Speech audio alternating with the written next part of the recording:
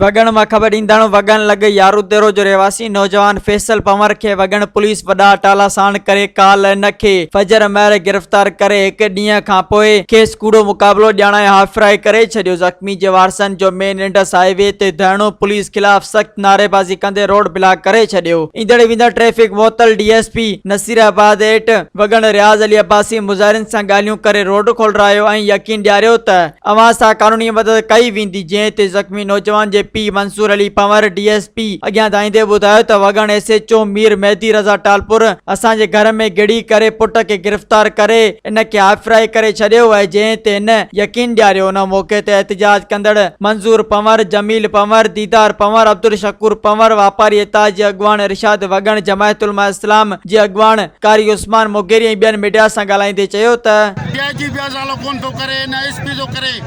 SP पाण इनवाल आहिनि असांजे छोकिरनि जे माण्हुनि में उन्हनि आदर ॾिनो आहे। एसपी तव्हां मारियो जीअं उन तव्हां कयो असांजो ऐसे शहर असांखे पैसा ॾियो न त गुंडा कर दिया रात जो घर गिरी हमरा असांखे गिरफ़्तार करे विया आहिनि। उनखे गोलियूं हणी करे छॾियो त नाला करे असांखे ख़बर ई न आहे। नाजाइज़ खे मद्देनज़र रखंदे कल जो एसएच साहब से जमीयत उलमा इस्लाम की तरफ मुलाकात कई से। एसएच साहब चो तो इन मत कुछ केस दाखिल है।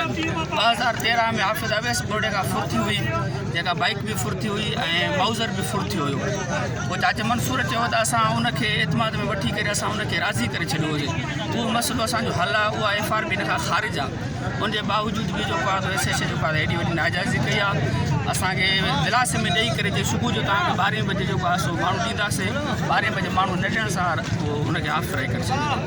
मज़ीद ख़बरनि ऐं तफ़सीलात लाइ विज़िट कयो असांजी वेबसाइट www.awamiNewsHD.com ऐं ॾिसंदा रहो अवामी न्यूज़ HD।